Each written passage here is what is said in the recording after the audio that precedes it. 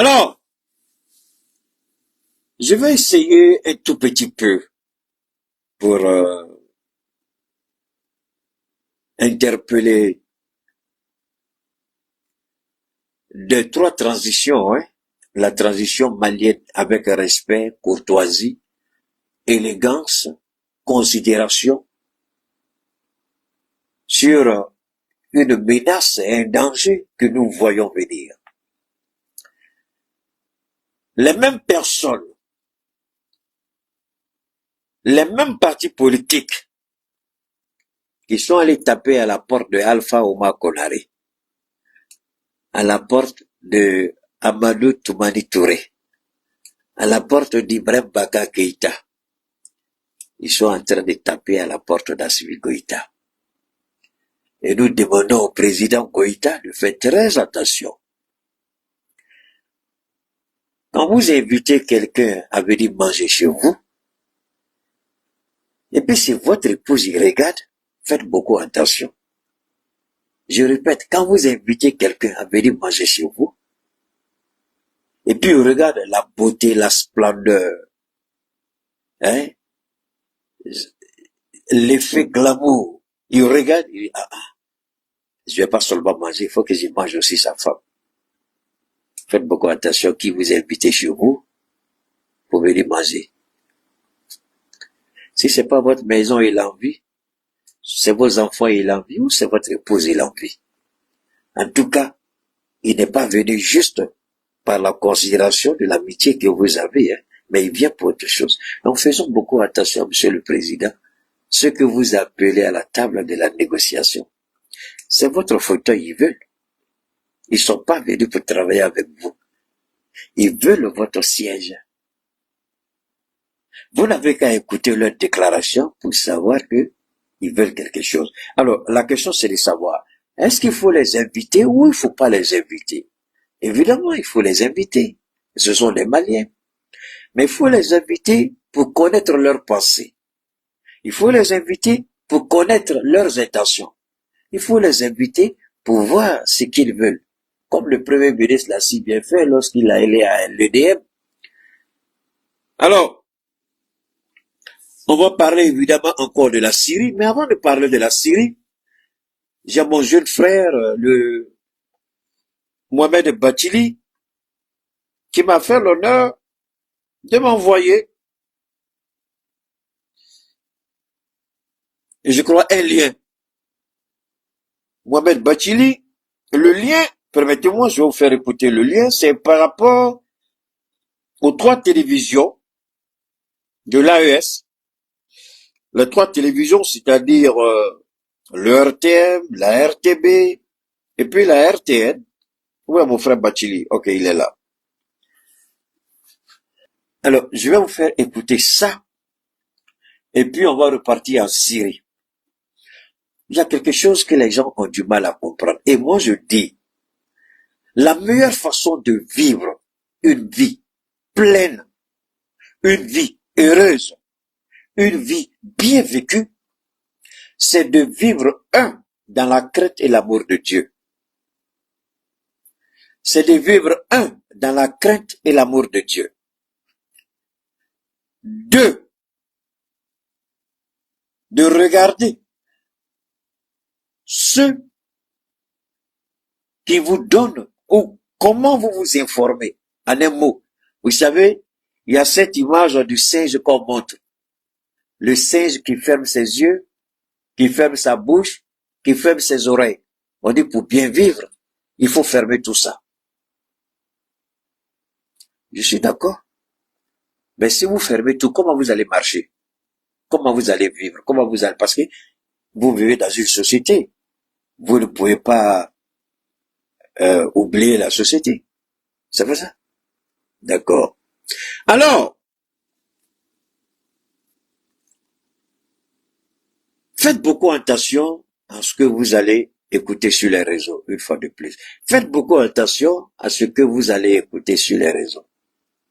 Faites beaucoup attention à ce que vous écoutez. Ceux à qui vous prêtez votre oreille. Ceux à qui vous allez pour dire, je vais écouter ce que tu dis. Faites beaucoup attention. Parce que ces temps-ci, il y a ce qu'on appelle la manipulation, l'intoxication, la désinformation, la ruse. Il faut créer une sorte de psychose au sein de la population AES, de l'État gourmand. Il faut créer cette confusion et les gens se laissent berner, manipuler.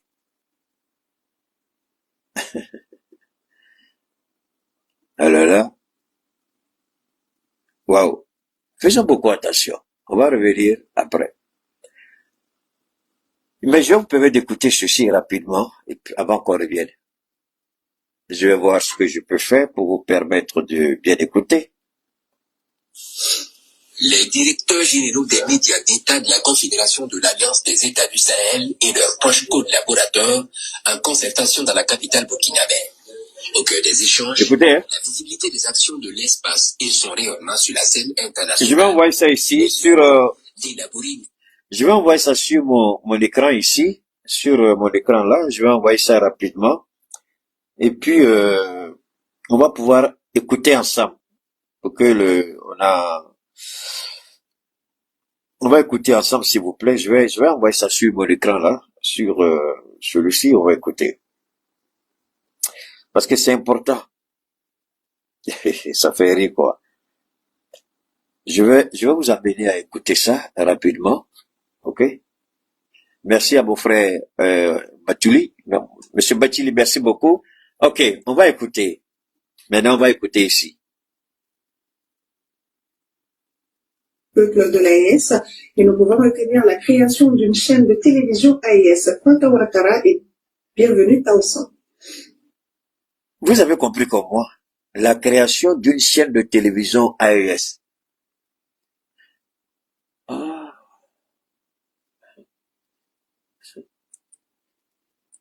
Waouh. Waouh. Qu'est-ce que vous en pensez? On dirait que malgré les petits bâtards qui sont sur les réseaux, qui disent et qui racontent leur vie de merde, il semble que Keïta a écouté. Waouh. On va continuer d'écouter, c'est pas fini. Il y a la partie intéressante là qui va venir, on va écouter ça aussi. Les directeurs généraux des médias d'État de la Confédération de l'Alliance des États du Sahel et leurs proches collaborateurs en concertation dans la capitale burkinabé. Au cœur des échanges, la visibilité des actions de l'espace et son rayonnement sur la scène internationale. Et il y a lieu la visibilité et le rayonnement sur la scène internationale. Donc, depuis ils sont là, ils n'avaient pas compris ça. Il a fallu que tous les jours, je tape. Vous êtes nuls. Ressaisissez-vous. Vous ne faites rien. Ressaisissez-vous. Ça ne va pas. Tapez. Voilà le fruit qui est là. Alors, quand vous voyez ça, et puis vous écoutez l'hommage de Awa Edi Keïta, ne regarde pas derrière toi, parce que c'est rempli d'ordures. Ceux qui s'attaquent à toi, ils n'ont pas ce qu'il faut pour être comme toi. Pourquoi tu veux te mettre à leur niveau? C'est pas moi, c'est Awa. Elle a dit dans l'hommage qu'elle m'a rendu. Il a fallu ici. Et j'ai mené ce combat seul, depuis toujours, jusqu'à ce que certains commencent à comprendre qu'il faut accompagner Keïta. C'est maintenant qu'ils comprennent. Il ne suffit pas de créer une télévision AES. Comment alimenter cette télévision? Comment rendre cette télévision visible? Parce que si c'est pour créer une télévision et puis mettre les mêmes journalistes de merde là, ces journalistes incapables là, si c'est pour créer une télévision AES et puis ramasser les mêmes journalistes là, qui ne valaient rien pour venir les mettre dedans là, ne dépensez pas l'argent des contribuables à cause de Dieu, ne faites pas ça, arrêtez. Je répète, si c'est pour créer une télé, et puis prendre ces mêmes petits, c'est pas eux tous, hein. On peut tirer le chapeau à la télévision burkinabé. qui a fait mieux que n'importe laquelle des 3 télévisions. C'est pas pour rien, le ministre de la Communication du Burkina a été nommé Premier ministre. Ce n'est pas pour rien qu'il a été choisi Premier ministre. C'est ma première fois de toute ma vie voir un ministre de la Communication nommé comme Premier ministre. En général, c'est soit le ministre des Affaires étrangères, soit le ministre de la Défense, soit le secrétaire général de la présidence, mais le ministre de la Communication, c'est qu'Ibrahim a compris le sens du combat de Keïta. Et en nommant son ministre de la Communication comme Premier ministre, la stratégie a changé au Burkina. La stratégie a changé. L'Africain n'accorde aucune valeur à la communication. Et Ibrahim sait que la communication est la clé de voûte. Vous perdez la guerre de la communication, c'est même pas aller. Vous avez tout perdu. C'est pourquoi il a pris son ministre de la Communication et puis il a mis là. C'est ma première fois dans ma vie de voir un ministre de la Communication nommé Premier ministre. Alors posez-vous la question. Comment? On pourrait penser au ministre de la Fonction publique, le ministre d'État, qui est devenu le président de la Commission nationale pour l'AES. On pourrait dire, lui, il était trop. Beaucoup de gens pensaient que ce serait lui. Mais Ibrahim a dribblé tout le monde. Mais moi, il m'a pas dribblé. Même si je suis surpris, il m'a pas dribblé. Parce que je connais la force et la puissance de la communication dans le combat politique d'une nation, d'un pays, d'un peuple. Ibrahim l'a très bien compris. Il a très bien compris. C'est pourquoi quand j'ai vu la nomination, j'ai pris mon temps, j'ai regardé, j'ai dit le monsieur mérite d'être là. Je ne l'ai pas félicité. Officiellement, je dis, félicitations monsieur le Premier ministre du Burkina Faso. Vous méritez votre fonction de Premier ministre. C'est là que vous allez voir que les données vont changer en termes de communication. Parce qu'il sait ce que c'est. C'est ce que j'aurais souhaité voir notre Premier ministre, l'ancien Premier ministre, je vais dire, le faire.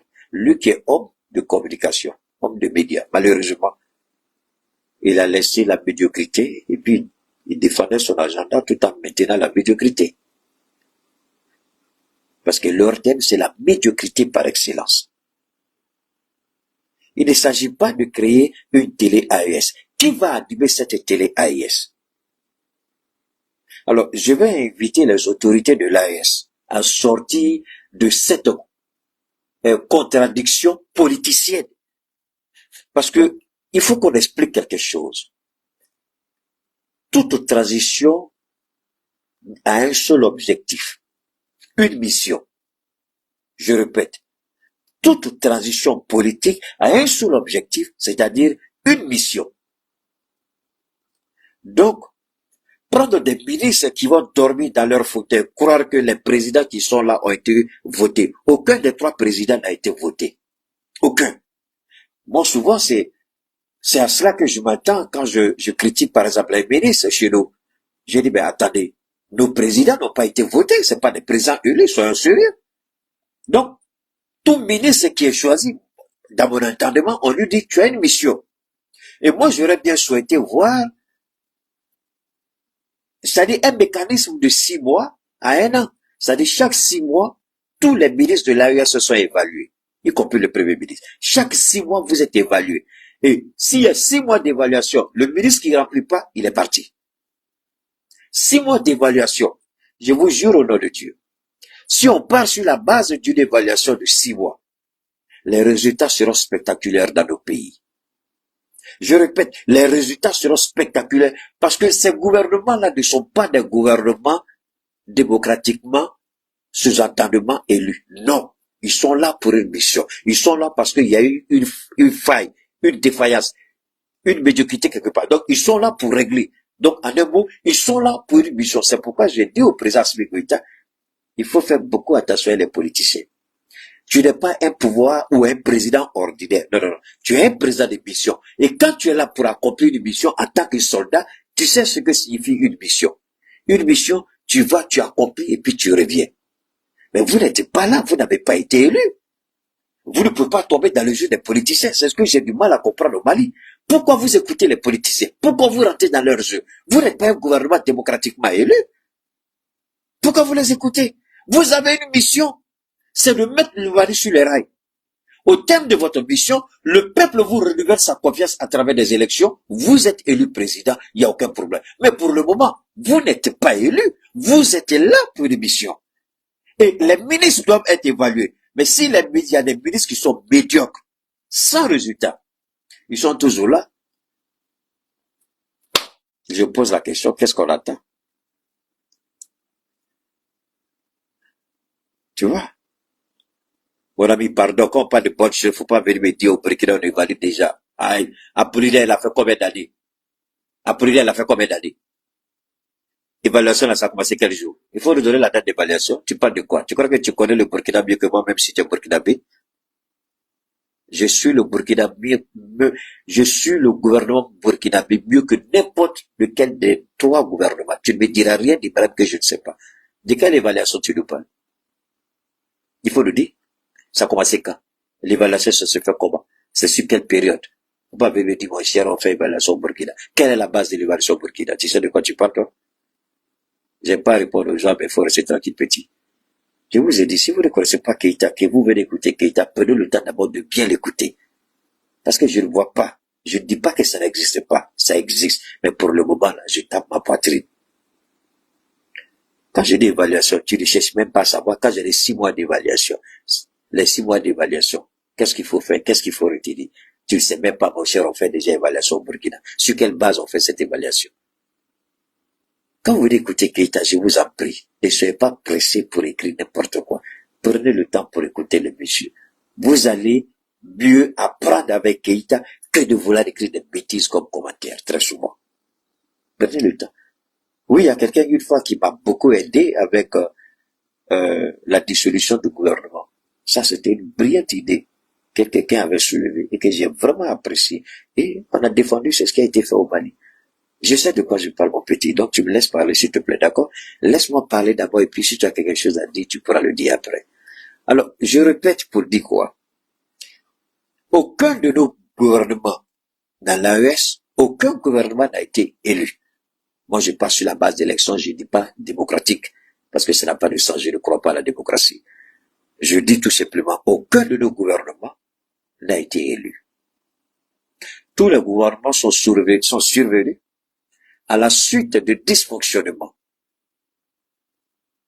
que ce soit au niveau sécuritaire, que ce soit au niveau politique, que ce soit au niveau institutionnel. Il y avait une faille quelque part. Et les 3 gouvernements sont là pour réparer le tort qui a été causé. Et en réparant le tort, les 3 gouvernements sont à mission. Mission de réparation, mission de rétablissement, mission de reconstruction, mission de développement. Mais cette mission s'inscrit dans un objectif et un cadre temporel bien précis. Donc, j'aurais souhaité, moi, que tout ministre appelé pour être membre de ce gouvernement, il aurait été bien intéressant de dire au ministre, ok, il y a, donne-moi une seconde.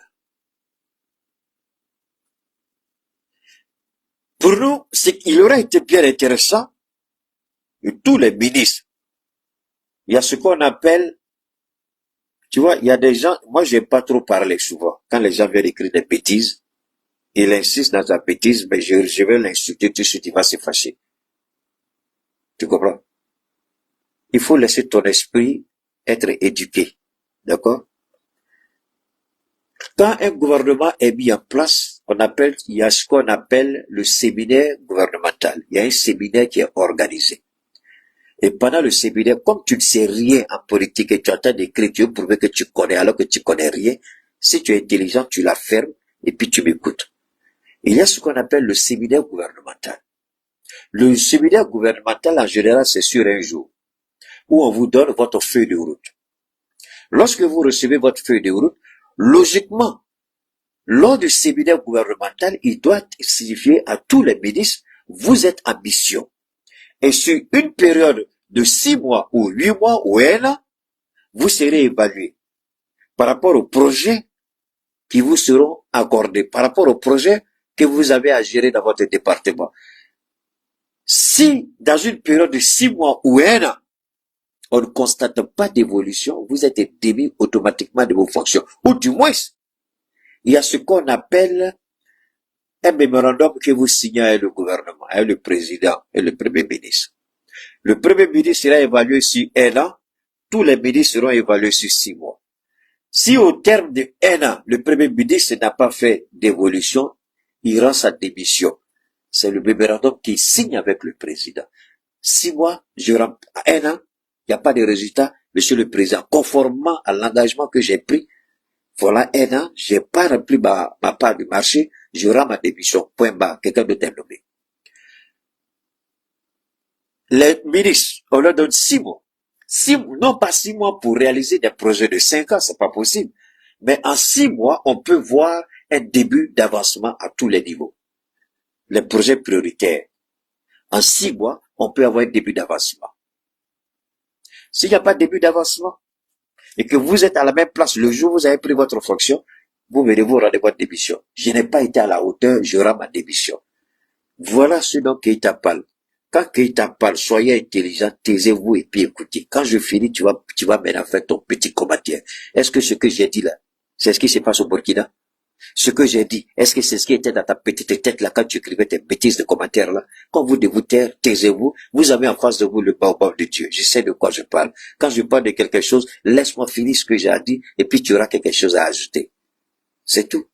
Il faut écouter. Tu n'écouterais, blablabla, blablabla. Ce que j'ai dit là, c'est ce que j'ai fait au Burkina. Ce que j'ai dit là, c'est ta pensée. Est-ce que tu as déjà pensé même à ça? Tu sais pas. Tu ne sais même pas de quoi on parle et puis vous voulez écrire. C'est là que je dis, arrêtez. Vous n'avez pas votre petit, je suis pas petit camarade de quelqu'un sur les réseaux. Je le dis non pas pour me vanter, mais pour vous amener, quand vous venez d'écouter Keïta, je vous appelle, prenez le temps d'écouter d'abord Keïta. Et puis vous aurez la possibilité peut-être de l'attaquer, de l'insulter, tout ce que vous voulez. Mais laissez-le développer son idée avant de dire quoi que ce soit. Ça, ouais, c'est le minimum qu'on peut faire là. Dieu dit quand vous allez quelque part, taisez-vous et écoutez. Celui qui parle, quand il finira de parler, vous aurez la possibilité soit de contredire la personne, soit d'encourager la personne. Ça, c'est pas moi, c'est Dieu même qui le dit. Pourquoi tu ne laisses pas qu'il t'a parlé? Maintenant que j'ai fini de parler, est-ce que tu peux dire quelque chose ici? Monsieur, ouais. Ouais, il confond arbitrage budgétaire. C'est compliqué. Arbitrage budgétaire. Bon, l'arbitrage budgétaire, j'en ai parlé. Est-ce qu'Assimi n'a pas commencé arbitrage budgétaire au Mali? Bon, on ne le faisait jamais au Mali. J'ai dit, monsieur le président, prenez ce qui est bon au Burkina. C'est votre petit frère, ça gêne pas. Regardez ce qu'il fait de bon, prenez au Mali. Il y a arbitrage budgétaire. Le premier ministre n'a-t-il pas parlé d'arbitrage budgétaire la dernière fois? Le nouveau premier ministre. Est-ce qu'il n'a pas parlé d'arbitrage budgétaire? Il en a parlé. Mais c'est quelque chose qui est bon. On a pris au Burkina, c'est bon. Et l'arbitrage budgétaire, ça va permettre. C'est ce que Trump a créé chez lui en faisant le département de gestion, c'est-à-dire les sorties d'argent. Il dit il peut récupérer tout de suite 2000 milliards de dollars, il peut faire économie de 2000 milliards de dollars. Trump lui a dit, tu peux le faire, il dit, je peux le faire. Donc, quand Musk va commencer son travail, il a une mission. Et Trump veut avoir les 2000 milliards pour investir aux États-Unis. L'argent qui sort bêtement, il dit, je peux te retrouver les 2000 milliards, je mets à votre disposition. Il a ambition. Donc, nos présidents n'ont pas été élus. Ils sont venus dans les circonstances que nous connaissons. Donc, les gouvernements qu'il préside en tant que président, ce sont des gouvernements de mission. Et si un ministre n'a pas compris qu'il est en mission, il croit qu'il est venu dormir sur ses lauriers, il va attendre 5 ans, il peut organiser l'élection, il va rester là encore les 5, il n'a rien compris encore. C'est pourquoi, bon, j'aurais souhaité que dans les séminaires, au niveau des séminaires organisés, en donnant la feuille de route aux ministres, il faut leur dire qu'ils sont en mission et il sera évalué sur une période de 6 mois. Le ministre qui n'a pas de résultats, tout de suite est parti parce que beaucoup de gens se cachent aujourd'hui au Mali. Beaucoup de ministres aujourd'hui se cachent derrière Sadio Kamara. Les performances de l'armée malienne aujourd'hui. La seule chose, disons la vérité, elle est claire. Aujourd'hui, l'armée malienne fait la fierté. Soyons honnêtes. Il y a des réformes institutionnelles qui ont été faites, ça c'est certain. Mais, on salue aussi le ministre de l'économie et des finances, qui font... Il y a d'autres ministres qui se cachent derrière certains ministres. On ne dirait pas seulement Sadio Kamara, mais il y a beaucoup de ministres. Le ministre de la culture, là même, là. Il est là-bas, là, il fait quoi? Communication, là, il fait quoi? On n'a pas tout dit, mais c'est les deux seulement que je prends. Il faut quoi? Alors, on revient au Burkina. Donc, ils ont décidé de créer ça. Élaborer une fiche synthétique de création d'une chaîne de télévision AES. Il évalue la mise en œuvre de la tranche spéciale AES dans les éditions d'information de radio et télé publique. Nous avons également échangé autour du projet de lancement de la Web TV. Alors, c'est un projet qui très bientôt sera une réalité et il est question d'alimenter cette Web TV et ensemble nous devons trouver des voies et moyens pour produire des contenus. Alors, vous voyez, ce qui est dangereux avec ces soi-disant ministres de la communication là, qui, à mon sens, ou les directeurs de nos télévisions, ils me font pitié, je vais être honnête. Eux tous, ils me font pitié. Tous les trois. Alors, vous savez, l'Africain a un problème sérieux, surtout le petit Africain qui a un petit diplôme. On appelle ça en philosophie le complexe d'infériorité, le complexe d'Oedipe. Le complexe d'infériorité, le complexe d'Oedipe. Je reviens encore. On me dit les États-Unis, c'est parce que je maîtrise beaucoup les États-Unis. Donald Trump, ce que je vous avais dit par rapport au fils de Donald Trump, la baron Trump, aujourd'hui, il fait la une sur les chaînes de télévision et sur les réseaux sociaux. C'est maintenant ce que je vous ai dit il y a longtemps, depuis la campagne. Et c'est maintenant que la télévision et les réseaux sociaux aux États-Unis commencent à en parler. Alors vous voyez que le bonbon de Dieu, comment il est en avance sur son temps, c'est maintenant qu'on présente le petit comme le génie qui a fait la campagne de son papa. En faisant quoi? En conseillant son papa sur quelle chaîne de télévision, sur quelle chaîne YouTube il peut passer. C'est lui qui a choisi les plateformes des réseaux sociaux sur lesquelles Donald Trump devait intervenir. Il lui a dit de laisser les télévisions, les médias, les CNN, les ABC, ça sert à rien. Et Donald a gagné parce que son message sur les réseaux a touché 90%, 95%, 99% des Américains. Ils n'ont pas tous voté pour lui, mais il a touché 99% des Américains. À travers quoi? À travers les animateurs des plateformes des réseaux sociaux. Alors, voilà des gens de télévision. Voilà ceux-là.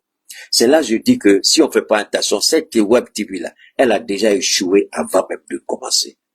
Parce que ceux-mêmes qui sont les vrais animateurs sur les... Parce que si vous créez ça, et que je vais vous donner l'exemple. Je n'aime pas beaucoup la Côte d'Ivoire, mais je vais prendre l'exemple quand même. En Côte d'Ivoire, quand vous regardez les nouvelles chaînes de télévision qui ont été créées, regardez très bien qui sont les animateurs. Ce sont soit les grands DJ qu'ils ont recrutés, les grands DJ en Côte d'Ivoire, soit les grands influenceurs sur les réseaux. Parce que ceux-là, ils viennent avec leur public. Ils viennent avec leur public. Ils viennent avec leurs followers. Ils viennent avec leurs abonnés. Ils viennent avec toutes ces personnes-là. Aujourd'hui, si Facebook n'avait pas été malhonnête, moi personnellement, en décembre ici, j'allais frôler le million d'abonnés aujourd'hui. Ben, ils ont bloqué l'abonnement. Sur 12 mois, ils m'ont bloqué. Sur 12 mois, je n'ai pas eu un seul abonné. Quand j'ai atteint les 130, c'est fini. Personne ne pouvait s'abonner sur ma page. Personne. Personne. Sur 12 mois, ils m'ont bloqué. Est-ce que, honnêtement, même si je suis bidon comme, même si je suis nul comme vous croyez réellement, que pendant 366 jours, personne, alors que je vois, quand je regarde, allez-y, à TikTok, je viens de commencer à peine quelques mois.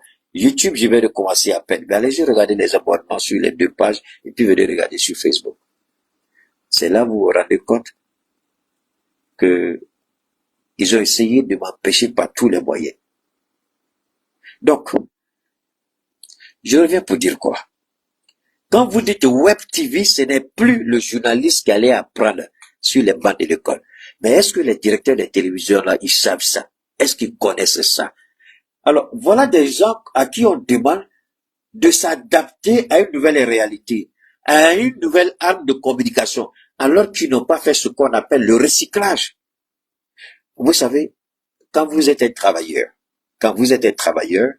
et puis vous avez perdu ce travail, ou vous êtes dans ce travail, vous voulez faire autre chose, on vous dit, you need to upgrade. C'est-à-dire, vous prenez des cours pour avoir la connaissance, pour aller, c'est-à-dire un mécanicien, ou quelqu'un qui fait juste le nettoyage, il veut devenir manager, mais on dit d'accord, il faut suivre la formation de manager. Pendant que tu nettoies, tu suis la formation de manager. Quand tu obtiens ton diplôme en te griffe, comme tu connais la boîte, une fois qu'il y a une possibilité, il y a une ouverture, on va plus recruter au dehors. Toi qui es dans la boîte, qui était balayeur, tu deviens automatiquement le manager. Parce que tu as appris en balayant, tu as eu certaine expérience. Tu connais le travail, tu connais la boîte. Donc, on te donne certaines orientations, puis c'est fini. Bon, alors, regardez nos directeurs généraux, là, qui ont même du mal. Le Burkina, ça marche. Voilà pourquoi je dis vraiment très bien fait les choses. Au Burkina, ils ont compris qu'il faut travailler avec des influenceurs. Je ne sais pas combien, mais il y a des jeunes des réseaux qui sont invités au Burkina, qui participent. Mais au Mali, ils sont réfractaires. Ils sont opposés. Ils ne veulent même pas entendre parler. Alors, vous dites le nom de Keïta, si le directeur de l'ERTMP vous frappe, il va vous chiffrer. Dites pas le nom de Keïta à l'ERTM. Sinon, ils vont vous chasser. Mais pourtant, c'est grâce à Keïta aujourd'hui que la web TV AES va naître. Je dis bien grâce à moi, je tape ma poitrine. Parce que quand je fais quelque chose, et puis ça vient, moi je savais pas, puisque je n'avais pas regardé les merdes de l'ERTM. C'est Bachili qui m'a envoyé le lien. J'ai regardé, j'ai dit, il n'a même pas commenté, il a juste envoyé le lien. Il m'a même pas dit, il faut regarder. Mais comme c'est un petit, je sais quand il m'envoie quelque chose, c'est mon bon petit, il est marié, attention, c'est un père de famille, c'est un époux. Donc quand j'ai dit mon bon petit, vous comprenez ce que ça veut dire. C'est comme ça, lui, on s'appelle, donc ne prenez pas ça mal. Il n'a rien dit. Je suis allé, puis j'ai regardé, j'ai dit, Bachili, tu m'as gâté. Je comprends pourquoi tu n'as rien dit. Tu dis, tu as fait, tu as mené une bataille, voilà la consécration qui est là. Mais est-ce qu'ils savent? J'ai parlé, c'est pourquoi je dis souvent, on parle, on nous écoute. Mais pourquoi ils viennent pas vers nous pour qu'on s'asseye et puis on parle? Alors, vous avez entendu ça, c'est le directeur de la RTV qui parle. On va trouver ensemble les voies et moyens. Assimi a dit, tous les Maliens comptent. Mais est-ce qu'on compte, est-ce que ceux qui sont au poste de responsabilité, là, est-ce qu'ils pensent à tous les Maliens? Il y a des gens qui pensent que si ceux-là viennent, ils vont nous bousculer. Si ceux-là viennent, ils vont nous faire tomber. Si ceux-là viennent, c'est fini, ils vont nous étouffer. Mais tu es petit journaliste, tu n'as pas la compétence que nous on a. Aucun journaliste, moi, ne peut me taper le pied sur les réseaux. Parce que, quand je parle comme ça, ce sont des millions de personnes qui me regardent. J'ai juste mes petits trucs, mes logiciels devant moi, mais c'est combien de, sur TikTok, là, vous êtes combien? Bah, ok, TikTok, je vois le chiffre. Si Facebook, je vois le chiffre. Ici, YouTube, je vois. Alors, sur TikTok, je suis sur 2 plateformes en même temps. Le compte Keïta Cheikh Oumar et puis le compte TikTok. Ici, c'est YouTube, ici, c'est, donc, je suis sur 4 plateformes en même temps. Et le monde, depuis les États-Unis, on me regarde. Depuis le Canada, la Chine, la Russie, on me suit, on me regarde. Alors, est-ce que je suis complexé? Je suis pas complexé parce que je fais pas vidéo et puis après tu coupes. Bon, j'ai fait mes directs. Donc, au moment que je suis en direct, on me regarde partout dans le monde. Donc, on est habitué aux caméras. On est habitué à parler. C'est ce que j'ai toujours conseillé. J'ai dit, mais pourquoi les jeunes gens là qui ont certaine crédibilité, ils ont des audiences? Pourquoi vous ne permettez pas à ces jeunes gens là de venir à vos côtés, créer une tranche au sein de vos organes là, pour que ceux-là, puisqu'ils ont déjà une audience, ils vont donner plus de visibilité encore aux chaînes nationales. En Côte d'Ivoire, ils ont tellement bien compris. Oui, à partir de Dioxyde, merci beaucoup. En Côte d'Ivoire, ils ont tellement bien compris. On prend ceux qui ont, quand vous atteignez déjà 100 000 en Côte d'Ivoire, vous avez la possibilité, si vous avez un français soutenu, si vous avez une maîtrise du sujet, tout de suite, il y a possibilité, on vous appelle. Et puis on vous dit de créer votre émission, vous créez votre émission. Parce que vous venez avec votre public. Donc quand vous venez, le public que vous apportez, ensuite votre position au sein de la boîte, quand vous allez regarder ces chaînes-là, ils sont à 2 millions et quelques d'abonnés, 3 millions, 5 millions. Ben, c'est parce qu'ils ont recruté. Et ces télévisions-là gagnent l'argent. Ils sont payés par YouTube. Donc, vous leur donnez l'argent et ils sont pas assez intelligents, nos directeurs de télévision là. Ils comprennent pas que, en appelant quelqu'un comme Cheikh Oumar Keïta, YouTube va vous payer. Parce que chaque fois que je passe et que je suis sur YouTube, que ce soit la télévision du Mali, vous êtes payés. Les gens qui vont regarder, c'est des millions que vous gagnez sur le dos de Keïta. Alors, est-ce que ça là, c'est compliqué à comprendre? Mais je peux comprendre, si tu n'as pas fait les études de ça là, c'est pas forcément faire des études, mais si tu connais pas, tu connais pas. Eux-mêmes là, s'ils savaient que les réseaux vont leur donner de l'argent, et qu'il y a des gens sur les réseaux, s'ils viennent dans vos télévisions, votre souci d'argent est terminé. Pourquoi en Côte d'Ivoire, ces télévisions-là sont florissantes, toujours il y a du matériel, parce que sur les réseaux, quand vous êtes sur les réseaux, l'argent vient, et souvent même, vous n'êtes même pas obligé de payer Keïta. Vous ne payez pas Keïta. L'intervention de Keïta, par exemple, sur la RTB, que j'apprécie d'ailleurs, sur la RTB, c'est YouTube paye la prestation de Keïta sur la RTB. La RTB prend son pourcentage et le pourcentage qui revient à Keïta, revient à Keïta. Donc ça veut dire que la RTB gagne sur mon dos sans dépenser 5 francs. Parce que ma prestation me paye directement sur les réseaux. Donc, il n'y a pas un budget à faire automatiquement. Au lieu d'appeler ceux qui connaissent, on fait Web TV. Ceux qui connaissent, on les appelle pas. Ils vont appeler des petits qui ont des petits diplômes minables accrochés dans leur salon pour dire qu'ils vont faire quelque chose. Je suis pas technicien. Les techniciens peuvent faire les montages. Mais en matière de visibilité, vous n'avez aucune connaissance là-dessus. Merci beaucoup du côté d'Europe et Italie. Voilà ça. Les gens commencent à se signaler un peu de partout. C'est de ça qu'il s'agit. On ne crée pas une Web TV parce qu'il faut créer. Quelles sont les conditions de la création du Web TV? Qu'est-ce que vous allez faire? Qui va animer votre Web TV? Ce sont des influenciers en général qui animent les Web TV. On ne crée pas une Web TV pour donner à un journaliste classique. Non. Si vous faites ça là, mon frère, c'est votre problème. C'est que l'AS n'a pas encore fini de faire la parole de la communication. On ne crée pas Web TV. Toutes les Web TV sont animées par des influenceurs, par des gens qui sont compétents, par ceux qui ont déjà une assise sur les réseaux. C'est eux qui animent. Merci beaucoup du côté de Montréal. C'est eux qui animent. C'est eux qui animent. Donc quand vous dites Web TV, qui va animer cette Web TV là? Ce sont les influenceurs qui ont déjà une crédibilité, déjà une audience, déjà une assise. C'est ceux-là. Je ne dis pas à quelqu'un n'allez pas appeler quelqu'un qui parle pas, peut-être qu'il y a des problèmes de communication. Mais vous pouvez utiliser, hein.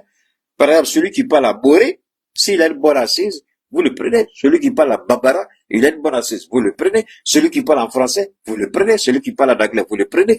Vous voulez dominer? Demandez à Al Jazeera comment Al Jazeera a fait. Al Jazeera a appris dans toutes les langues, les gens parlent. Merci du côté de Houston, au Texas. Merci beaucoup. Ça, c'est une réalité. Est-ce qu'ils comprennent ça? Ils refusent d'appeler ceux qui peuvent les aider. Ils refusent de demander à ceux qui peuvent les aider d'apporter leur... Ils vont s'enfermer dans un petit bureau alors qu'ils ne connaissent même pas les réseaux. Aucun de ces directeurs-là de nos télévisions ne maîtrise les réseaux mieux que nous sur les réseaux.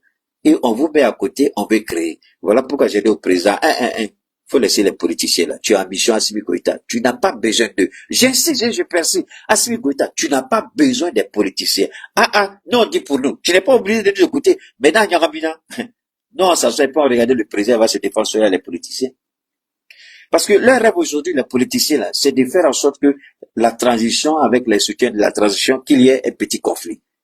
Et puis, eux, ils se mettent en retrait. Puisqu'ils vont effrayer les gens avec, comment on appelle, convocation, procureur. Donc les gens vont avoir peur, ils vont se mettre en retrait. Tout est planifié à Assimi Goïta. Tout est calculé. Ou t'es qu'un fouille qu'on fait. Il veut d'abord créer la psychose au niveau de ces jeunes-là. Si les gens ont peur de parler, ben ils vont sortir contre vous. Là, les gens ont peur, anti-sacrement. Non, voilà, ok. Monsieur le Président, voilà la stratégie des politiciens. Je vais développer ça, ne vous en faites pas. Merci beaucoup depuis le Burkina Faso, depuis les États-Unis. Merci infiniment. Jawara, merci beaucoup. Merci. On se bat pour, c'est ça. Et aujourd'hui encore, on parle de Web TV. Ceux-mêmes qui sont animateurs des web, on les appelle pas. On les laisse. Et puis ils vont dire, vos petits journalistes là, qui sont incapables d'animer des vrais débats, qui n'ont même pas le kilo d'organiser des débats, c'est eux là, vous allez appeler pour animer la Web TV. Parce que la Web TV AES là, ce sera une télévision patriotique. La télévision de la résistance. C'est-à-dire, il n'y aura pas de sujet tabou là-bas. Vos petits journalistes, là, dans nos maisons de télévision, ils ont peur de faire des débats. Le Sénégal a attaqué le Mali. Nous a humiliés sur notre propre passeport. Je n'ai pas vu au Mali un seul journaliste se lever à l'ERT pour faire un débat contradictoire. C'est eux là, vous allez prendre pour animer cette Web TV là. C'est eux. C'est eux. Moi, c'est ce que je veux savoir. Des journalistes qui sont incapables de susciter des débats. Quand il y a bêtises en France, il n'y a pas de journalistes chez nous pour faire analyse. Mais quand il y a des erreurs chez nous ici, les Français, sur toutes les chaînes de télévision, vous allez les voir. En boucle, chacun va parler. Mais chez nous ici, on ne parle pas. C'est eux là, vous allez parler. Parce qu'aujourd'hui, la Web TV AES, les Africains, on a soif d'information, soif de vérité. Et cette soif-là, si vous donnez à des pitoyables journalistes qui n'ont aucun charisme, aucune détermination, aucune volonté, qui sont incapables de susciter des débats, et vous dites que vous avez créé Web TV, moi en tout cas, je serai votre pire cauchemar. Si vous vous amusez à créer une Web TV AES, et puis vous mettez n'importe qui là-bas. Moi, je ne parle pas pour moi-même. J'ai toujours dit, je m'en fous. Ce que Dieu me donne, ça me suffit. Si on m'appelle, si je regarde mon agenda, si ça me permet, je dis oui. Si ça ne me permet pas, je dis salam fatia. Merci pour la considération. Mais si vous mettez des piètres journalistes, maléfiques et sataniques, incapables et dévergondés, déculottés, votre affaire de Web TV là, vous allez regretter. Parce que on va vous obliger à vous recadrer. On va vous obliger à fournir une information de qualité. Vous ne créez pas ça pour faire plaisir à quelqu'un. Vous créez pour informer le peuple. Et les petits journalistes là, qui sont incapables de susciter des véritables débats au sein de l'AES, ne dites pas que c'est eux que vous allez y mettre là-bas. Sinon, ma bien ami. Alors, à ce niveau également, nous sommes accordés sur une certaine manière de travailler, de sorte à ce que cette chaîne qui sera lancée au niveau donc des réseaux sociaux puisse véritablement avoir des contenus en phase avec la dynamique en cours. Des contenus, c'est pas moi, hein? C'est lui qui vient de dire. Des contenus en phase avec la dynamique. Ça veut dire quoi? Quand on nous a attaqué au Sénégal, il n'y a pas eu une télévision de l'AES qui est sortie. Il a fallu le premier ministre Abdoulaye Maïga pour dire le passeport du Mali pour donner. Mais est-ce qu'il y a eu un débat? Est-ce que leur thème qui est payé par les Maliens, qui doit informer les Maliens, leur thème a fait quoi? Zéro, nothing, poporo, fouille. Nada. C'est ça que vous allez nous dire, vous allez nous créer des Web TV contenus en phase. Moi, je pense que le directeur ici de Burkina, même, il a parlé pour ne rien dire. Le directeur de la télévision burkinabé, il a parlé pour ne rien dire. Je pense qu'il n'a même pas une conscience même de ce qui se joue. Moi, je pense que l'honnêteté aurait été, on a des jeunes gens sur les réseaux qui se battent pour nos transitions. Certainement, on va aller vers certains parmi eux pour leur demander de nous accompagner dans les différents contenus qu'on va mettre en place. Moi, c'est ça que j'attends d'eux. J'ai toujours dit, au nom de tout ce qui m'est cher, Wallahi billahi, je ne parle pas pour moi-même. Je jure au nom de Dieu, je ne parle pas pour moi-même. Je suis déjà bien là où je suis. Très à l'aise, parce que je dors comme je veux, je me réveille comme je veux, et puis je m'assois à l'heure que je veux. Tu es d'accord avec eux, là, tu es obligé, hein, te donner, il faut te réveiller à telle heure, il faut faire ça, j'ai pas envie de rentrer dans ça. Donc, je ne parle pas pour moi-même. Il y a des jeunes gens qui ont des talents, qui ont des compétences. Quand il dit contenu, ils n'ont même pas appelé eux. Quand le directeur de l'ERTM est parti, là, il n'a même pas demandé à un jeune, d'accord, on veut mettre notre web TV. Il ne peut pas dire au ministre de la Communication qui on peut voir sur les réseaux, qui peut nous accompagner au Burkina. Les jeunes gens là, ils ont des contenus. Moi, c'est pas tous les jours que je sors. Eux, tous les jours que Dieu fait, ils sortent. Ils sont tous les jours au front. Ils ont les informations. Alors, vous, quel web TV vous allez mettre là? Parce que les réseaux n'obéissent pas aux standards et aux normes journalistiques. Les réseaux n'obéissent pas aux normes journalistiques et aux standards journalistiques. Les réseaux, c'est la liberté, c'est le libre cours. Donc là-bas, même quand vous voyez ceux même qui veulent mettre les gens dans les trucs, vous voyez que faire les directs là, c'est compliqué. Souvent, ils font le contenu et puis mettent les gens comme l'Alain Foucault. Alain Foucault, il fait pas de direct. Il fait son interview, son entretien ou il fait son reportage et puis il plaque. C'est pas tout le monde sur les réseaux qui a envie de faire direct. Mais les jeunes gens font ça. Quand ils parlent de quel contenu en face, de quel contenu lui parle. Mais les jeunes gens ont déjà des contenus. Nous avons des contenus, même si je m'exclus. Nous avons des contenus. Les gens parlent. Il y a beaucoup de sujets. Alors, si vous voulez venir avec votre histoire de Mamadou et Pilita, j'ai pris à l'école, un journaliste, blablabla, vous n'avez rien compris encore des réseaux. Si ça connaît ça, là, ne vous fatiguez même pas. Parce que ça n'ira nulle part. Les réseaux sociaux n'obéissent à aucun critère. Ça, c'est un. Vous voulez faire, cela ne veut pas dire qu'il faut faire du n'importe quoi. Cela ne veut pas dire qu'il faut employer n'importe qui. Cela ne veut pas dire qu'il faut permettre n'importe quel langage. C'est pas ce que je dis, non. Ça veut dire, à tout moment. Et les débats.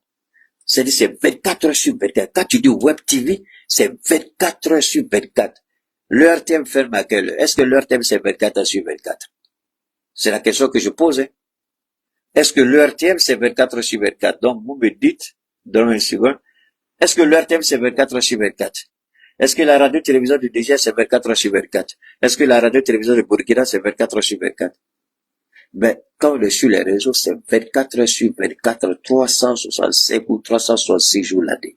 Du 1er janvier au 31 décembre, 24 heures sur 24. Est-ce qu'ils pensent à tout ça? Comment ils vont faire? Quel genre de programme ils vont présenter? C'est quel web TV vous allez fermer à une certaine heure et puis ouvrir à une certaine heure? Quel genre de web TV êtes-vous? Je ne sais pas. Alors, ceci dit, cela me permet, permettez-moi, cela me permet de revenir rapidement au président Assimi Goïta, pas au président Assimi Goïta, mais à quelque chose que j'ai vu. Je vais voir si je peux vous faire écouter. Voilà. On va voir, mais c'est une voix c'est une voix robotisée, hein. Donc ne soyez pas trop chaud. Les leaders politiques saluent la reprise du cadre de concertation entre le gouvernement et les partis politiques, mais ils expriment des réserves. Plusieurs dirigeants ont pris la parole pour réagir à cette initiative, soulignant les attentes et les préoccupations qu'ils ont vis-à-vis de l'organisation des prochaines élections. Amidou Doumbia, secrétaire... Vous voyez déjà? Écoutez très bien, ils ont commencé déjà à jeter ce qu'ils ne comprennent pas. Et moi, je pense que quand je parle de communication au niveau de la transition, c'est un peu ça. Quand vous ne communiquez pas, ça pose des problèmes. Même si vous êtes militaire, si vous êtes au pouvoir, vous n'êtes plus dans les casernes. C'est des hommes que vous gérez. C'est une nation que vous gouvernez. Même si vous êtes militaire, vous êtes obligé, parce qu'une fois que vous venez sur le terrain de la politique, le militaire parle pas beaucoup, ça tient pas trop la route. J'ai essayé de dire ça, je me rappelle très bien. Au général Ouagé, dans son cabinet, je lui ai dit, il faut parler, il faut communiquer. Le peuple a besoin d'informations, et si vous ne communiquez pas, le peuple va s'informer ailleurs. Et l'intoxication, la manipulation de l'information, la désinformation, va battre son plein et vous aurez du mal à gérer les mensonges, les manipulations. J'ai dit à Ouagué dans son bureau, le général Ouagué, j'ai dit, il faut travailler la communication, monsieur le ministre. Nous, les militaires, je dis, je comprends. Mais travaillez votre communication. Vous n'êtes plus dans les casernes, vous êtes sur le terrain. Vous gérez des hommes. Vous gérez un peuple. Une région. Une alliance. Communiquez. Échangez. Si vous ne voulez pas parler, je suis d'accord, mais mettez une structure de communication fiable pour donner les bonnes informations. Parce que vous basez sur les réseaux. Les voix sur les réseaux, ce ne sont pas les voix officielles du gouvernement malien. Ça veut dire que beaucoup de gens vont vous dire, je ne vais pas sur les réseaux. Beaucoup de gens le disent. Il y a des gens qui me disent, Keïta, moi je ne suis pas sur les réseaux, mais c'est à cause de toi que je vais sur YouTube. On me dit ça toujours. Elle dit, les réseaux, c'est pas mon problème, mais à cause de ce que tu dis, moi je me suis abonné sur ton truc, c'est YouTube. Quand je te vois pas, donc, je suis, évidemment, quand tu fais à cause de Keïta, ce n'est pas Keïta seul que tu vas écouter tout le monde. Mais au moins, c'est un message que cela envoie. Beaucoup de gens vous disent, on n'est pas sur les réseaux, mais on est sur YouTube. Beaucoup vont vous dire, je n'aime pas Facebook, je n'aime pas TikTok, je n'aime pas, mais c'est YouTube seulement que j'ai. Et il y a des gens, ce n'est que YouTube qu'ils ont. Il n'y a que YouTube. Les autres, c'est pas leur problème. Alors, même si nous, on défend nos transitions, nous ne sommes pas les voix officielles. Il est important par rapport à certains sujets, souvent que nos autorités regardent un peu de près. Alors, ici, je vais vous laisser écouter, ça fait à peu près 3 minutes, ce que, ici, c'est la voix d'un robot, hein, mais c'est un écrit, c'est la réaction des partis politiques, hein, donc, quelqu'un a utilisé ça comme ça. On va écouter. On va écouter pour que vous compreniez bien. Quand je dis, Monsieur le Président, attention, attention aux politiciens, faisons beaucoup attention. On ne doit jamais oublier une chose. La transition dans nos 3 pays, dans le Sahel, ce sont des transitions de mission. Je répète, ce sont des transitions de mission. Ce que, en 60 ans, aucun gouvernement civil n'a pu réaliser. Ce que, en plus de 60 ans, ce que aucun gouvernement, soi-disant démocratiquement élu, n'a pu réaliser. Aujourd'hui, quand vous allez au Burkina, vous restez bouche bée par rapport au travail extraordinaire du capitaine Ibrahim. C'est vrai, au Mali, beaucoup de projets sont en chantier. Certains ont commencé à sortir leur tête un peu. Je vais revenir sur ça. Mais je vais vous laisser terminer. Écoutez ceci d'abord. Père politique du parti Yelema a salué cette reprise mais a souligné que la révision de la liste électorale ne doit pas être vue comme la concrétisation d'une volonté de tenir des élections. Il a exprimé des préoccupations concernant l'absence de discussion sur la loi électorale, la loi relative aux députés et sénateurs, ainsi que l'absence de chronogramme précis. Selon lui, la révision de la liste électorale est une démarche ponctuelle, qui n'implique pas nécessairement des élections immédiates. Abdraman Kouliblé, secrétaire général du parti ADPM, a salué l'initiative de concertation. Premier élément, Yelema. Deuxième élément, UDPM, je crois. On va écouter ce que eux aussi disent. Tout en insistant sur la nécessité de réunir toutes les conditions pour des élections transparentes et crédibles. Il a notamment évoqué la sécurisation des personnes et des biens à travers le pays, ainsi que la prise en compte des déplacés et réfugiés maliens. Il a exprimé sa confiance en le Premier ministre Abdoulaye Maïga et a appelé le peuple malien à soutenir la transition et la candidature du président Assimi Goïta lors des futures élections. Nyankoro Yesamake, président d'honneur du Parti pour l'action civique et patriotique, a estimé que la concertation était une occasion de rétablir le lien entre les autorités et les partis politiques, soulignant que le nouveau gouvernement semblait déterminé à changer de cap en abandonnant la division et l'exclusion des partis politiques. Il a également salué la libération des 11 leaders emprisonnés, qu'il a considéré comme un symbole fort d'espoir pour de futures libérations. Amadou Koïta, président du Parti socialiste Yéline Kura, a exprimé sa satisfaction quant à la reprise du cadre de concertation, tout en insistant sur la nécessité d'amorcer un retour à l'ordre constitutionnel. Il a souhaité que l'année 2025 soit une année électorale. Je m'arrête là pour montrer, à l'exception de quelques politiciens, pas et tous, parce que quand on parle aussi, il faut parler avec un certain sens élevé de la responsabilité. Quand vous regardez certains politiciens,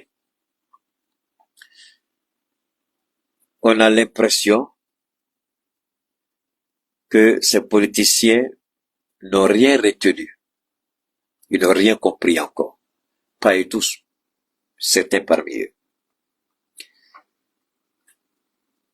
Je n'ai pas entendu, jusqu'à la date d'aujourd'hui, un politicien faire le mea culpa de l'action politique qui a failli coûter à ce pays sa souveraineté véritable,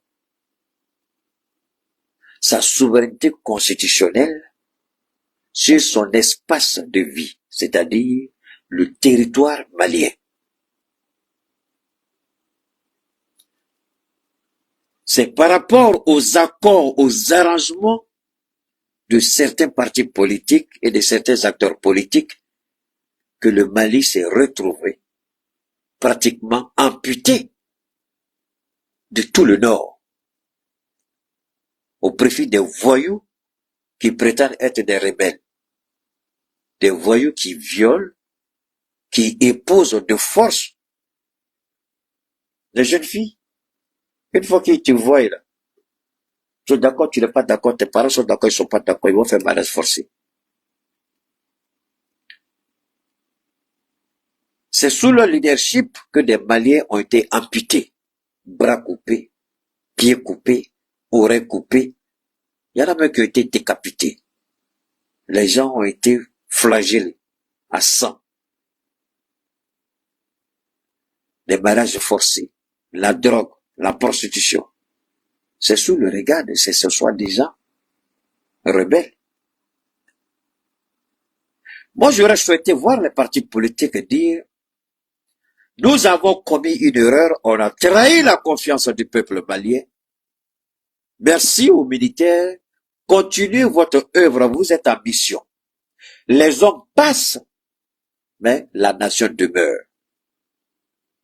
Nous avons commis une erreur et ce n'est pas dans l'immédiat, ni la précipitation, ni l'organisation d'élections précipitées qui peut... Alors pourquoi ils veulent aller à des élections précipitées? Pour être député, pour prendre les 2 millions, les 3 millions de l'argent des Maliens, à ne rien faire, à dormir, payer pour dormir. Le minimum qu'on va leur donner, c'est quoi? Le député malien est payé. Je sais pas si c'est 2 ou 3, je sais pas. Bachir ici, tu es là, c'est combien de millions? Le député malien. Sans compter les indemnités, sans compter les passeports diplomatiques. C'est ce que beaucoup attendent. Parce qu'ils sont affamés. Ils savent qu'ils ne seront pas ministres. Ils savent qu'ils ne seront pas présidents. Même pas présidents d'institution. Mais au moins, ils peuvent se battre dans les régions, faire croire qu'ils sont avec Assimi Goïta pour gagner un poste électif. On comprend pourquoi ils sont précipités. Alors, la bienséance, l'honnêteté politique, morale, civique et patriotique aurait été de dire: nous avons notre part de responsabilité. Nous assumons notre responsabilité. Monsieur le Président, continuez votre transition. Vous êtes en mission. Faites en sorte que le Mali ne retombe plus jamais dans ce que le Mali a connu par le passé. Les élections peuvent attendre. J'aurais souhaité voir les hommes politiques du Mali avoir un tel langage. C'est eux qui sont pressés pour aller aux élections. Révision liste électorale, c'est pas ça. 2021, année électorale, c'est parce qu'Assimi Goïta a été très gentil jusqu'à la date d'aujourd'hui. C'est pourquoi, et les gens parlent parce que Abdoulaye Maïga aussi, il y a des choses qu'il faut pas faire, mais malheureusement, le Premier ministre, il a fait. Même si c'est quelqu'un que j'admire, que je respecte profondément, il a ouvert la porte du Pandore. Donc toutes les bêtises vont sortir dedans. Il a ouvert. On peut tout dire de Choguel Kokala Maïga, mais il avait une position claire avec certains responsables. Je suis pas forcément d'accord avec lui sur beaucoup de choses. Si Abdoulaye Maïga pense que les politiciens là vont le gérer, vont le cajoler, à part les déclarations flattantes, les déclarations amoureuses, bravo Premier ministre, merci pour la réconciliation, merci pour la libération, merci pour la concertation, merci pour tout ça c'est bullshit, ça n'ira nulle part. Ils ont eu des tensions qu'ils n'ont pas encore dit, monsieur le Premier ministre. Et ils attendent, ils vous regardent, ils attendent la bonne occasion, la bonne opportunité pour vous dire ce qu'ils pensent. Et moi je pense que quand je dis la communication, elle est claire, elle est nette. Le gouvernement malien doit se déterminer. Le gouvernement malien, je dis, au Burkina, personne ne peut parler d'élection aujourd'hui. Personne. Pour la simple raison que le capitaine Ibrahim n'est pas le président de la transition, même si la transition est en cours, puisqu'il y a une charte de la transition qui est active. Il est le président du Burkina Faso, il est le président de la transition. C'est deux choses totalement... Tant qu'il est le président du Burkina Faso, il décidera du moment opportun d'organiser les élections. Mais pas selon la volonté des hommes politiques. Le général Tchadi, c'est la même chose. Mais tant que le Mali ne comprendra pas ça, et que le Mali ne peut pas rester dans une position où elle-même, ou sinon, ou lui-même, autant pour moi, dit, nous sommes en transition, le président, c'est le président de la transition, mais vous êtes obligé de donner une date. Ça, c'est pas une affaire de politiciens, c'est pas une affaire de partis politiques, ça, c'est une affaire de choses. Mais maintenant, donner une date, est-ce que ça veut dire c'est demain? Est-ce que ça veut dire c'est après-demain? Une date est une date. On n'a pas dit donner une date par rapport à un délai. C'est pas ce que j'ai dit. Donc, la transition malienne peut décider de dire on va organiser les élections en 2030 ou en 2027 ou en 2028. Mais au moins, le gouvernement malien aura dit. Et la date que le gouvernement malien aura décidé, cette date sera discutée avec l'AEG, qui est l'autorité de gestion des élections, assortie d'une réflexion législative, c'est-à-dire une décision législative, c'est-à-dire que le CNT vote cette date. Une date que le Mali va respecter. Mais il appartiendra au président de dire quelle date exactement. Non pas parce qu'un petit bidon de politicien veut aller à des élections parce qu'il a fait. Non. Mais parce que le président aura déterminé, aura décidé que c'est le bon moment d'aller aux élections. Il est bon de tenir souvent ce langage avec les politiciens. Parce que si vous laissez le flou, ils vont commencer à vous lancer des pics. À défaut, ils vont à l'extérieur et utiliser les plateaux de télé qui leur seront donnés pour vous attaquer, pour vous dénigrer. Et vous savez, comme j'ai dit, ben moi j'ai fait un combat et aujourd'hui on voit le résultat du combat. Quand bien même qu'au début, on ne m'a pas cru. On m'a attaqué. Mais c'est parce que j'ai persisté. Voilà, aujourd'hui on veut créer une web TV. Mais moi-même qui suis à l'origine de, je pourrais dire, la persécution de nos directeurs de nos télévisions, j'ai persécuté pour qu'ils comprennent que c'est dans l'intérêt du peuple. Mais je n'ai jamais été convié, je n'ai jamais été interpellé, je n'ai jamais été appelé, je n'ai jamais été demandé, on m'a jamais consulté. Est-ce que ça me fait mal? Au nom de Dieu, je suis l'homme le plus heureux du monde. Moi, mon combat, ce n'est pas un combat de reconnaissance. C'est un combat de mission. Je cherche quelque chose. Une fois que j'atteins, je vais à la prochaine étape. Ici, je ne recherche aucune reconnaissance. Mais je suis heureux, très content de voir qu'ils ont décidé. Mais malheureusement, je ne sais pas ceux qui ont décidé, s'ils savent ce qu'ils ont décidé, s'ils maîtrisent leur sujet. Ça aussi, c'est un autre débat. Décider de faire et comment faire, c'est autre chose. On peut décider. Mais comment réaliser ce qu'on a décidé, c'est autre chose. Je ne sais pas s'ils pourront le faire.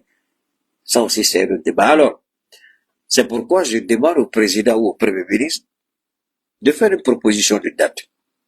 Ils sont dans l'obligation de le faire. Mais la proposition de date ne veut pas dire la date des partis politiques. La proposition de date ne veut pas dire 2025, 2026, 2027. Assimi peut décider d'aller aux élections en 2030. Il peut décider de le faire. C'est au regard de la situation sécuritaire. Donc, on n'a pas peur, Monsieur le Président. Le peuple vous soutient, le peuple est avec vous, le peuple vous demande de prendre votre temps pour organiser les élections. Dites au peuple, je vous ai entendu, voilà le délai que je propose. Et Abdoulaye Maïga va le présenter au CNT, ou l'AEJ va le présenter au CNT, et puis c'est voté, c'est terminé. Les partis politiques, s'ils sont véritablement des démocrates, ils seront obligés de respecter la date qui sera validée par le CNT. S'ils sont réellement démocrates, s'ils sont réellement, je répète, démocrates. Parce que là, c'est la démocratie qui aura prévalu. Ils auront la possibilité, s'ils le souhaitent, ils peuvent se faire entendre au CNT, les partis politiques. Moi, je pense que le Premier ministre doit arrêter de rouler le tapis rouge devant les partis politiques. S'ils ont un problème, qu'ils aillent au CNT. C'est là-bas que les lois sont votées. Qu'ils aillent faire entendre leur voix là-bas. C'est là-bas que le peuple est défendu. Qu'ils aillent ici. Parce que c'est au nom du peuple qu'ils parlent, donc, ils n'ont qu'à aller là-bas. Ils n'ont qu'à aller au CNT. Alors, c'est pourquoi je dis beaucoup de gens font la politique, mais ils ne savent même pas ce que c'est que la politique. La plupart de tous ceux-là qui font la politique, vous les appelez, vous voulez discuter avec eux, vous n'allez rien tirer de bon. Vous n'allez rien tirer de bon. Quand ils vont commencer à vous parler, vous dites, voilà, c'est ceux-là qui veulent nous gouverner. C'est ceux-là qui disent qu'ils sont politiciens. Vous avez l'impression même qu'ils sont devenus politiciens parce qu'ils n'ont pas d'autre choix dans la vie. Il n'y a pas d'autre boulot, il n'y a pas autre chose. C'est comme si la politique là, oui, la politique dans certains pays, c'est le travail. Les sénateurs aux États-Unis, par exemple, vous pouvez être un sénateur 30 ans, 40 ans, 50 ans, il n'y a pas de problème. Le président, c'est 4 ans. François Hollande, il a été élu député. Il revient. Donc, est-ce qu'ils ont compris la politique? Donc, la question, c'est la question, est-ce qu'ils comprennent la politique? Ceux qui parlent beaucoup, est-ce que vous les appelez, vous parlez avec eux? Moi, je dis, si c'est pour raconter l'histoire, là, chacun peut raconter l'histoire. Chacun est historien. Chacun a une mémoire. Chacun sait que quelque chose s'est passé une ou deux fois dans la vie, dans ce pays-là. Il ne s'agit pas de raconter des faits, mais de parler d'action politique. Vous leur posez des questions, vous n'allez rien retenir de bon. Parce que rien de bon ne sortira. Rien. Alors, c'est eux-là qui veulent encore décider de prendre ce pays à l'otage. Pourquoi? Je ne les ai jamais vus sortir pour dire bravo à nos femmes. Bravo. Cette année, nous, parti X, on décide. On n'a pas gros moyens. Après avoir lancé une cagnotte, on a pu obtenir 30 millions et les 30 millions, on va les investir dans les fournitures scolaires des enfants de nos militaires. D'abord, les enfants orphelins. Et le reste, aux enfants, on va donner aux autres enfants des militaires. Je n'ai jamais vu un parti politique, à l'exception de Fatoumata Batouli, à l'exception du mouvement Ambiko, à l'exception de cette grande dame philanthrope, j'ai pas vu un responsable politique digne de ce nom se lever au nom de son parti, décider d'investir 5, 10, 15, 20 millions dans l'éducation pour les enfants, ne serait-ce même que de donner des bourses d'études aux enfants des militaires, aux enfants orphelins. C'est vous voulez aller aux élections, c'est pourquoi? C'est qui vous voulez gouverner en fait? Mais vous voulez gouverner des gens pour qui vous n'avez aucune considération, aucun respect. Mais on n'est pas dans l'esclavage, encore moins dans la domination. Assimi vous accorde trop de faveurs, Assimi vous accorde trop de respect, Assimi vous accorde trop de possibilités, trop d'opportunités. C'est pourquoi le capitaine est beaucoup respecté au Burkina Faso. Parce qu'il a un langage clair et une action précise avec les politiciens. Et il leur a dit de fermer la gueule parce que c'est eux qui sont responsables de ce que le Burkina vit aujourd'hui. Vous êtes pareil. Mais Assimi ne fait pas ça avec vous. Alors, vous croyez que c'est une faiblesse de la part d'Assimi Goïta de vous laisser parler? Au lieu d'avoir un peu de moralité, de décence, de respect envers ce peuple-là qui a enduré vos bêtises, Vous revenez encore, c'est vous qui allez mettre la pression sur le président Assimi Goïta pour vous donner une date. D'ailleurs, j'ai dit à Assimi de donner une date. Il ne donne pas de date. On ne donne pas de date. Si vous êtes garçon, forcez-nous pour aller aux élections. On ne donne pas de date. Vous êtes qui même? Vous devrez avoir honte. Vous voulez qu'on vous donne ce pays-là, vous allez le détruire? Alors, je vais vous dire une chose. J'ai eu encore l'opportunité de discuter avec un de nos ministres avant le remaniement ministériel, avant le changement de gouvernement. Le ministre me dit, Keïta, est-ce que tu sais que ces hommes politiques-là, ils ont pratiquement détruit ce pays? Je l'ai écouté, religieusement, je l'ai écouté. La plupart de tous ces hommes politiques-là qui ont été dans le gouvernement, dans différents gouvernements, vous savez qu'ils sont tous actionnaires dans Move Mali. Ils sont actionnaires dans Move Mali. Ils sont actionnaires dans Télécel Mali. Ils sont actionnaires dans Orange Mali. Et ce n'est pas tout. Les applications de vente, les applications de paiement, les applications de ceci, ils sont actionnaires dedans, qui sont directement interconnectés à ces compagnies de téléphonie mobile. C'est les gens encore qui sont actionnaires dans EDF, oui, Somagep, ils sont actionnaires. Et la plupart des sociétés d'État qui ont été fermées, qui ont fermé boutique, c'est les mêmes hommes politiques qui sont responsables. Toutes les sociétés qu'Assimi est en train de réveiller aujourd'hui, les sociétés d'État qui avaient été fermées. Je ne vous parle même pas de, comment on appelle ça, de,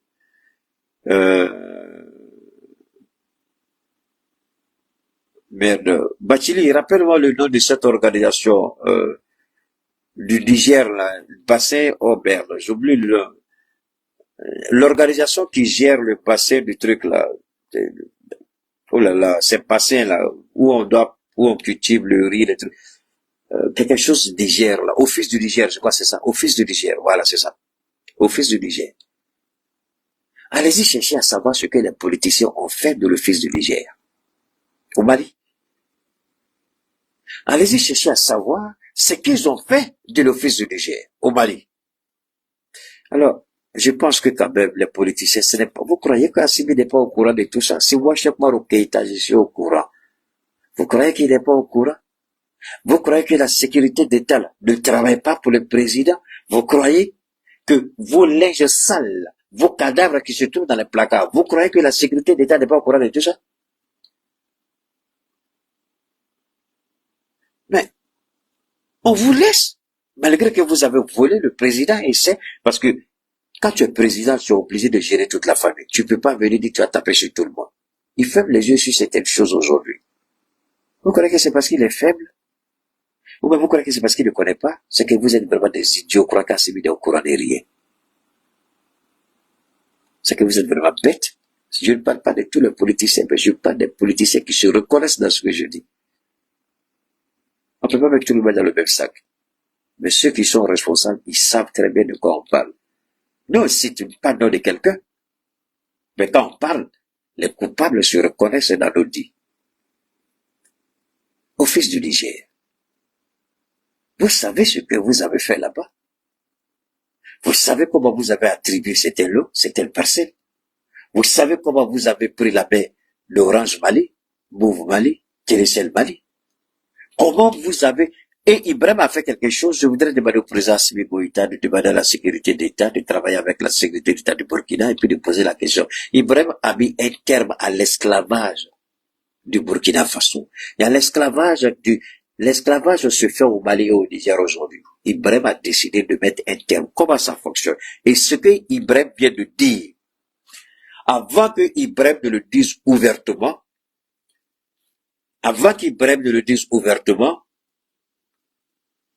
vous savez, j'ai encore eu la faveur et la chance d'être assis devant un ministre encore de l'ancien gouvernement.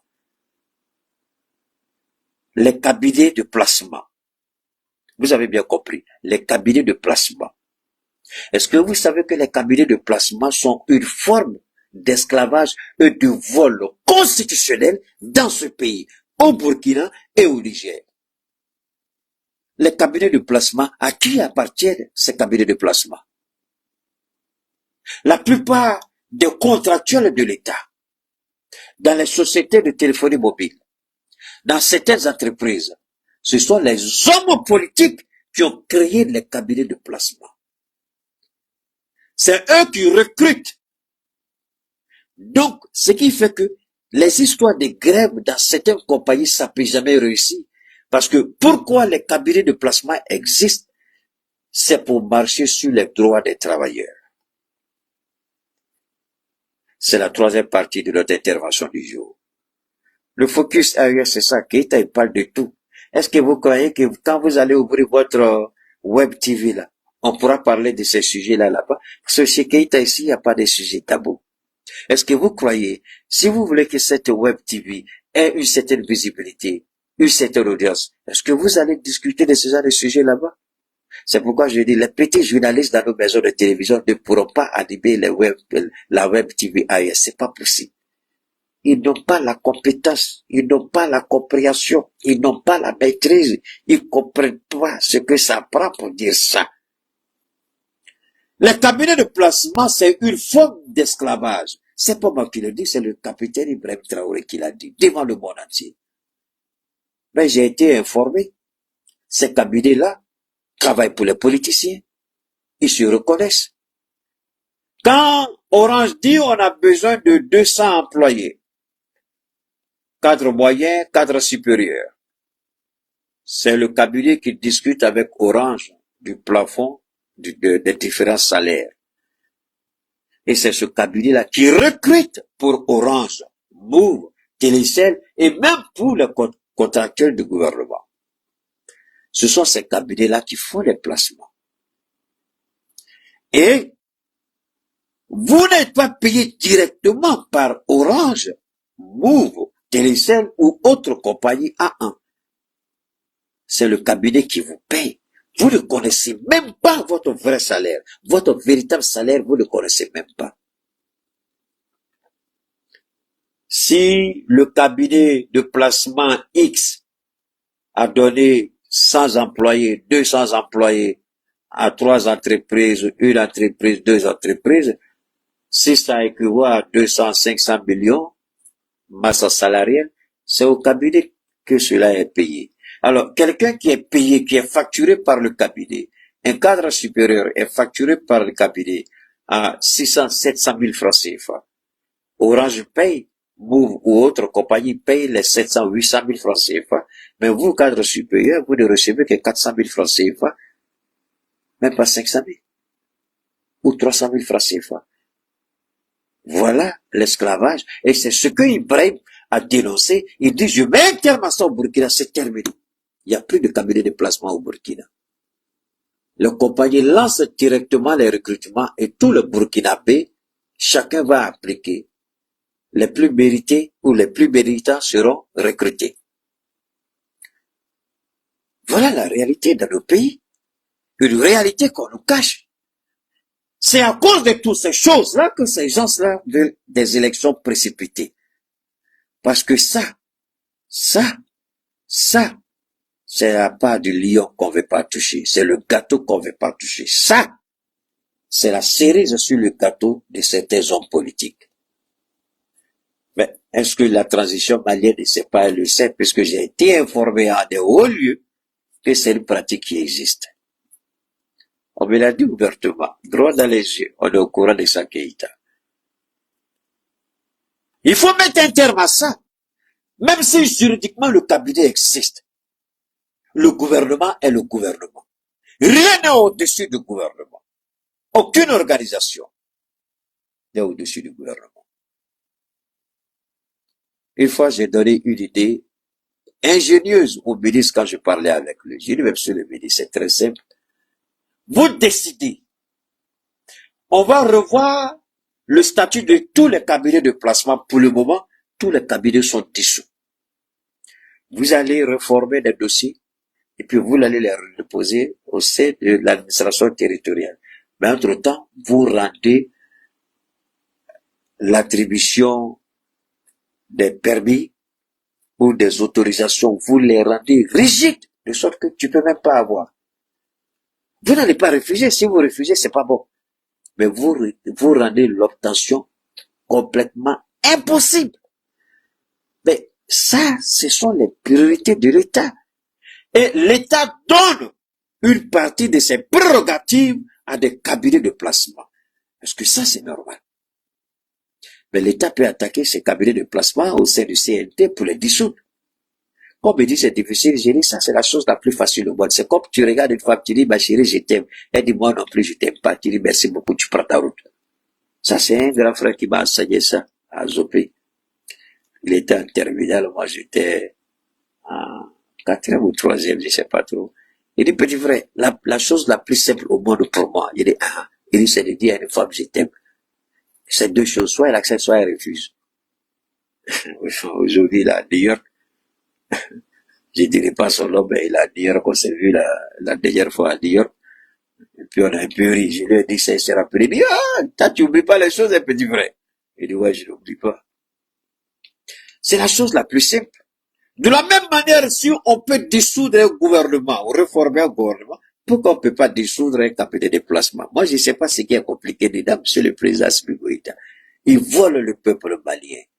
Ils font des Maliens des esclaves à leur volonté. On ne peut pas accepter ça. Ça, ce sont des choses que Trump a décidé de combattre chez lui. Et il a très bien réussi. Alors, pourquoi on ne peut pas combattre ça ici? Pourquoi ces cabinets existent? Ces cabinets volent le peuple, monsieur le président. Ces cabinets méritent d'être dissous. Tous ces cabinets de placement, il faut les dissoudre. Et rendre l'obtention de l'autorisation beaucoup plus compliquée qu'on ne le croit. Si on a regardé le cas des ONG, on a pris une décision pour assainir les ONG. Pourquoi on ne peut pas prendre une décision pour assainir ce secteur aussi de placement? Ibrahim a déjà pris la décision au Burkina, c'est terminé, c'est fini. Personne, il n'y a aucun Burkinabé ne sera esclave d'un autre Burkinabé. Ça, c'est l'esclavage à ta modèle. Monsieur le Président, c'est l'esclavage. Et le peuple malien est pris en otage et en esclavage par ce cabinet de placement. Je vous demande pardon, Monsieur le Président. Monsieur le Premier ministre, je vous demande pardon. Mettez un terme à ça. Dieu n'aime pas l'injustice. Dieu fortifie le pouvoir qui se bat pour la justice. Permettez à Dieu de vous porter sous ses ailes, Monsieur le Président, Monsieur le Premier ministre, et combattez l'injustice sous toutes ses formes. Ne permettez plus ça. Mettez un terme à ça. Vous pouvez le faire. Vous avez le pouvoir. Vous pouvez le faire. Vous avez l'autorité. Même s'ils ont des documents, même s'ils ont des autorisations. Oui, c'est qui est compliqué. Moi, je ne sais pas ce qui est compliqué. Mon frère, on va ce soir à vos activités, le temps de voir clair dans tout ce qui se passe. Et puis vous ne faites plus rien, vous laissez tomber. Il dit non, on est en train d'étudier. Et puis c'est fini. Et vous dites, entre-temps, vous dites aux compagnies, c'est vous qui allez, et toutes les personnes qui sont soumises à l'autorité de ces cabinets-là, vous mettez un terme à ça. Directement, vous demandez à la compagnie de payer ces personnes-là directement. Toutes les personnes qui ont été recrutées, vous demandez de voir tous les dossiers de ces personnes-là, et les dossiers sont directement désormais, les dossiers sont transmis directement à l'entreprise en question. Et c'est l'entreprise qui paye ces personnes-là directement, non plus par un cabinet. C'est facile d'avoir l'argent, c'est facile de voler, mais ça c'est le vol constitutionnel, ça c'est le vol légalisé, ça c'est le vol mais ça dit que juridiquement, même vous volez les gens, et puis on peut rien vous faire. Juridiquement, ils sont couverts. Juridiquement, ils sont couverts. Mais c'est un vol. Quelqu'un travaille, il se casse en deux. Toi, tu es chez toi parce que tu avais un petit cabinet là, quand tu étais au pouvoir, ou tu avais des relations dans le pouvoir, tu crées un petit cabinet, et puis c'est toi qui recrutes les gens, c'est toi qui les places. Ils sont payés à 500 000, toi tu les donnes 100 000, tu donnes 200 000, ils sont payés à 1 million, tu donnes 600 000, tu donnes 500 000, tu prends. C'est quoi ça? C'est pourquoi la plupart de ces parents-là, de ces hommes-là, quand vous regardez, ça, les enfants sont des drogués ou des prostituées. Parce que rien de bon ne peut sortir de leur famille. À cause de quoi? à cause de tout ça. Souvent, quand vous voyez les petits drogués, là, les enfants, souvent, quand ils envoient leurs enfants là-bas, ils deviennent drogués. Ils peuvent même plus revenir ici. Même s'ils reviennent ici, la honte fait qu'ils sont obligés de les maintenir là-bas. Parce qu'ils sont devenus autre chose. L'argent que vous avez volé, c'est ça que vous avez pris pour financer leur étude. Ils vont devenir comment? Hein? Donc, c'est important et il faut vraiment revoir ça, Monsieur le Président. On vous demande pardon. C'est de faire en sorte que tous les Maliens, je le dis, puissent honnêtement avoir les mêmes chances que les cabinets. Vous allez pour les recrutements, celui qui est plus qualifié, plus méritant, il sera retenu, c'est tout. Les autres, ils vont attendre une prochaine fois. Mais cette histoire des cabinets de placement, il faut arrêter parce que c'est un vol. C'est une mafia. Je répète, c'est une mafia. C'est pire même qu'un cartel de drogue. Parce que vous tuez les gens. Vous détruisez les gens. Ces gens, ça n'ont aucun droit.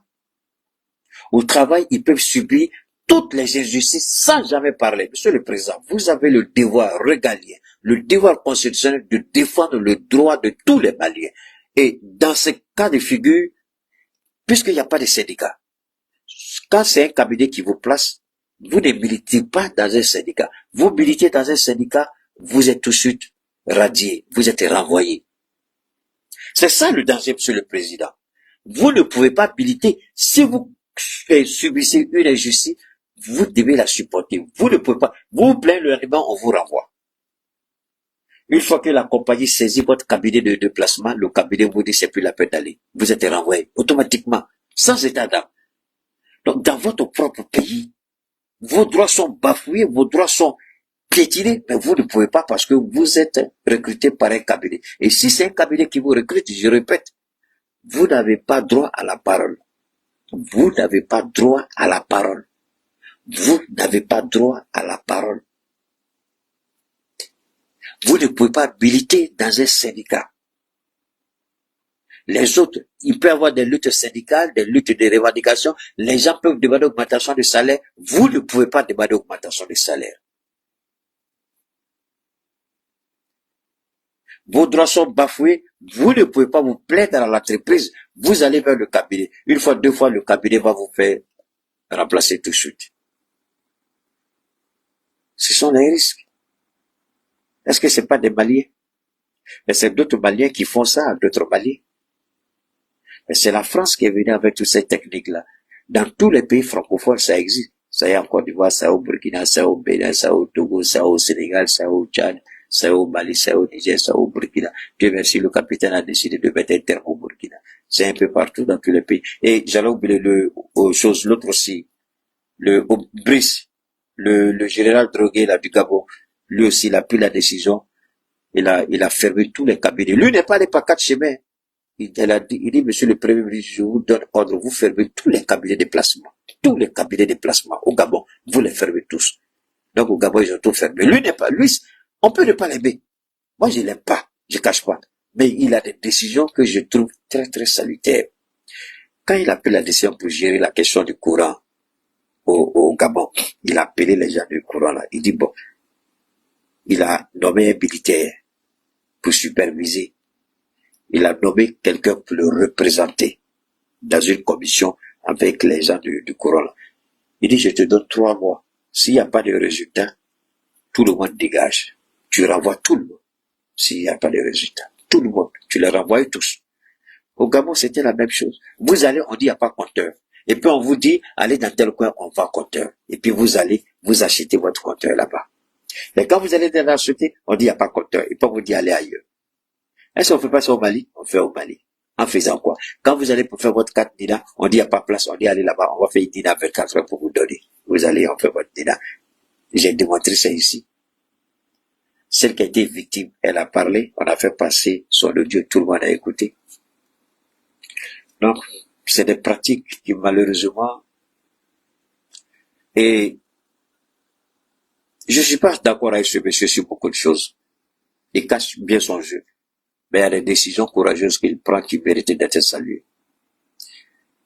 Quand il a décidé de gérer le courant à la manière militaire, j'ai apprécié. Quand il a décidé de mettre un terme au cabinet de placement au Gabon, j'ai apprécié. Même si je l'aime pas, s'il fait quelque chose de bien dans l'intérêt du peuple gabonais, pourquoi je vais pas apprécier? Pourquoi je vais pas aimer? Si je l'apprécie pas, c'est que je suis malhonnête, je suis pas conséquent avec moi-même, c'est que je suis malhonnête. Et comme je ne suis pas malhonnête, s'il fait du bien, je dis qu'il a très bien fait. Et Brice, il a très bien fait en fermant les cabinets de placement et en mettant la pression sur la compagnie d'électricité au niveau du Gabon.